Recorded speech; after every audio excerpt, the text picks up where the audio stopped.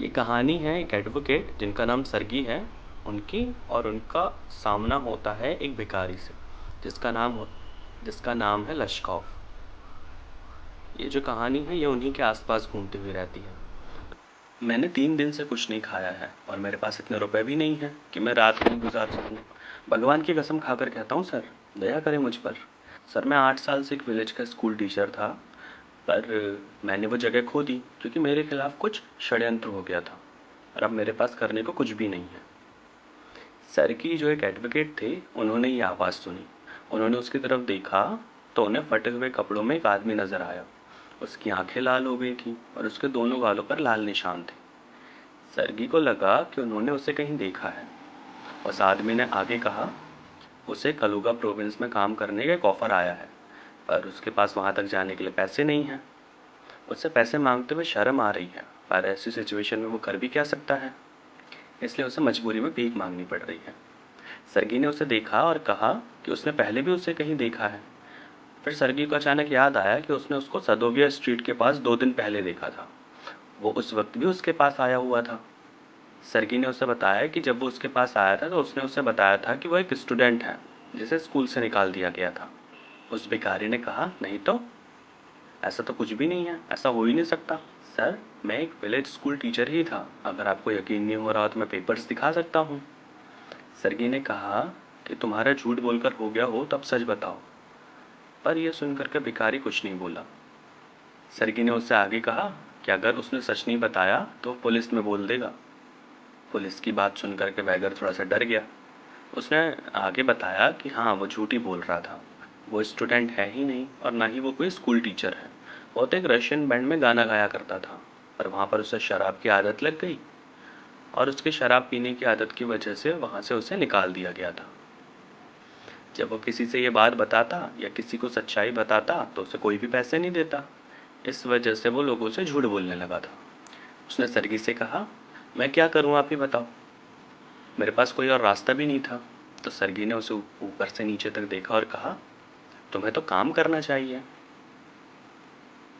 तो भिखारी ने कहा कि उसे काम देगा कौन। तो सरगी ने उससे कहा कि वो उसे काम देने के लिए तैयार है। वो उसके घर में आकर के सारी लकड़ी काट दे।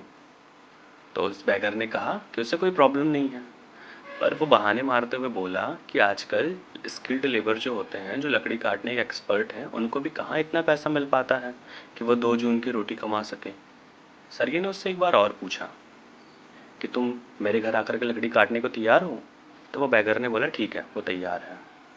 तो सरगी उस बैगर को लेकर के अपने घर आया और अपने घर आकर के सरगी ने अपने कुक को आवाज़ दे करके बुलाया और कहा कि इस आदमी को ले जाओ और उससे सारी लकड़ी कटवा दो। वो जो बैगर था वो उस कुक के पीछे जाने लगा। उसके हाव भाव से लग रहा था कि उसकी लकड़ी काटने की कोई इच्छा नहीं कर रही, क्योंकि शराब की वजह से वो बहुत कमज़ोर हो गया था। सरगी अपने डाइनिंग रूम में जाकर के बैठ गया। उसके डाइनिंग रूम में एक खिड़की थी। वो उस खिड़की से बाहर का सब देख रहा था। उसने खिड़की से देखा कि उसकी कुक उसे सीधे वुड शेड लेकर के आ गई।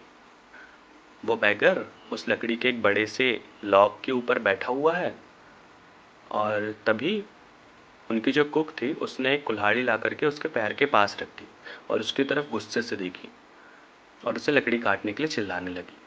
उस बैगर ने वो कुल्हाड़ी उठाई और एक लकड़ी के टुकड़े को काटने के लिए उस लकड़ी के टुकड़े को अपने पैरों के बीच दबाया, और जैसे ही कुल्हाड़ी चलाई वो कुल्हाड़ी दूर जा करके गिर गई। वह फिर से उठा और वो कुल्हाड़ी उसने फिर से उठाई और फिर से उस लकड़ी पर चलाई, पर इस बार वो फिर से दूर जा करके गिर गई। ठंड का वक्त था और उस बैकर को डर ये लग रहा था कि कहीं इस कुल्हाड़ी से उसके हाथ पैर न कट जाएं। हम सबको पता है ठंड में अगर हल्की सी भी चोट लग जाए तो कितनी तकलीफ देती है। सरगी ये सब देख रहे थे। उनके कमरे में जो खिड़की थी उससे ये सब देख कर सरगी को बहुत गुस्सा आया और वह सोचने लगा कि कहाँ उसने इस शराबी आदमी को इतनी ठंड में ये काम दे दिया। अगर वो ये नहीं कर पाया और उसे कुछ चोट लग गई तो उसकी सारी जिम्मेदारी तो सरगी पर आ जाएगी ना। और वो ये सोच करके बैठ गए। फिर 1 घंटे बाद उनकी कुक, जिनका नाम ओल्गा था, वो आई और उसने कहा कि उस भिखारी ने सारी लकड़ी काट दी। सरगी ये सुन करके बहुत खुश हो गया। उसने उसे खुश होकर के आधा रूपल दे दिया और उससे कहा कि हर मंथ की फर्स्ट डेट को आकर के वो सारी लकड़ी काट दिया करे। तो अब से वो जो बैगर था वो हर मंथ आ जाया करता, और जब उसका काम हो जाता तो उससे आधा रूबल सरगी दे देते। हालांकि वो इतना कमज़ोर था कि वो अपने पैरों पर ठीक से खड़ा भी नहीं हो पा रहा था, पर वो काम तो कर ही देता था। उस दिन के बाद से उसे कुछ ना कुछ काम उस घर में मिलने ही लगा था। कभी बर्फ हटा देता, कभी लकड़ी जमा देता, और कभी घर की साफ सफाई ही कर देता था। हर बार उसे कुछ काम करने पर 20 से 40 कोपैक मिल जाया करते थे, और एक बार तो उसे एक जोड़ी पुराने ट्राउज़र भी मिल गए। सरगी अब दूसरे घर में शिफ्ट हो गया था। तो जब सरगी दूसरे घर में शिफ्ट हुआ तो उसने उसे सारा सामान पैक करने के लिए और इधर से उधर ले जाने के लिए अपनी हेल्प करने के लिए हायर कर लिया। पर जब वो इस बार आया था ना, तो सरगी उसे देख करके बड़ा खुश हुआ, क्योंकि इस बार जब वो आया था तो वो बिना नशा करे आया था। वो बड़ी मुश्किल से ही कुछ कर पा रहा था, ठंड की वजह से वो कांप भी रहा था। धीरे धीरे करके जब सारा काम हो गया तो सरगी ने उसे अपने पास बुलाया। सरगी ने कहा कि वो खुश है कि उसने शराब नहीं पी। उन्होंने उसे 1 रूबल दिया और उससे उसका नाम पूछा। तो उस भिखारी ने अपना नाम बताया, लश्कॉफ। सरगी ने कहा कि क्या वो लिख पढ़ सकता है? तो उसने कहा हाँ, उसे लिखना पढ़ना आता है। तो सरगी ने उसे एक लेटर दिया और कहा कि उसके किसी दोस्त को ये लेटर दे आओ, और वहाँ पर कुछ कॉपिंग का काम है, तुम वो काम करने लगना। वहाँ जा कर के जमकर मेहनत करो और आगे से कभी शराब मत पिया करो।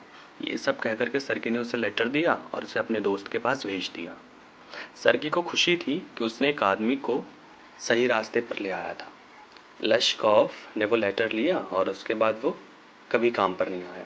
उसके बाद वो एक तरीके से गायब ही हो गया। धीरे धीरे वक्त गुजरता गया। दिन, महीने, साल, और फिर 2 साल बीत गए। फिर एक शाम सरगी एक थिएटर में टिकट ले रहा था। तभी उसने देखा कि एक छोटी हाइट का आदमी उसके बाजू में खड़ा है। उसने गैलरी के लिए एक टिकट मांगी और कॉपर कॉइन में पेमेंट की। सरगी ने उसे देखते ही पहचान लिया और कहा, अरे लश्कॉफ, ये तुम हो? कैसे हो? क्या कर रहे हो? सब बढ़िया है ना? तो उस आदमी ने कहा, हाँ, अब मैं नोटरी हो गया हूँ और अब मुझे 35 रूबल मिलते हैं हर मंथ के। सरगी सुनकर के बहुत खुश हो गया। उसने कहा, ऊपर वाले का शुक्र है, मैं बहुत खुश हूँ तुमसे।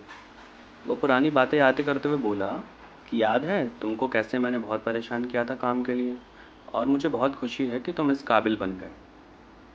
लश्कॉफ ने उसे थैंक यू कहा और आगे कहा कि अगर आप नहीं होते तो मैं आज भी स्कूल टीचर या स्टूडेंट ही बना रोड में घूम रहा होता। आपको भी थैंक यू, और आपके कुक को भी।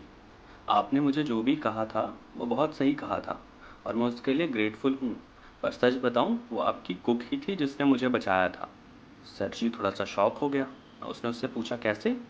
तो लश्कॉफ ने बताया, वो जो ओल्गा थी ना, उनकी कुक, वो उसे बहुत बुरा भला कहा करती थी। वो उसके सामने बैठ जाती और उसे खूब डांटा करती थी। उसे जितने टाइप की गालियाँ आती थी वो सारी दे दिया करती थी उसे, पर साथ साथ वो उसके लिए सारी लकड़ी भी काटा करती थी। लश्कॉफ ने सरगी को बताया कि उसने आज तक एक भी लकड़ी नहीं काटी है, सारी लकड़ी उनकी कुक ने ही काटी है। उसकी वजह से ही लश्कॉफ ने अपने अंदर चेंजेस लेकर के आए हैं। उसने उसे ठीक की है और वो उसके लिए ज़िंदगी भर उसका ग्रेटफुल रहेगा। ये सारी बातें चली रही थी, इतने में टाइम हो गया और वो थिएटर के अंदर चली गया। ये थी लश्कॉफ और सरगी की कहानी। क्या सरगी ने लश्कॉफ की ज़िंदगी बदल पाया? इस बारे में बताती है हमें ये कहानी। चलिए कहानी सुनते हैं।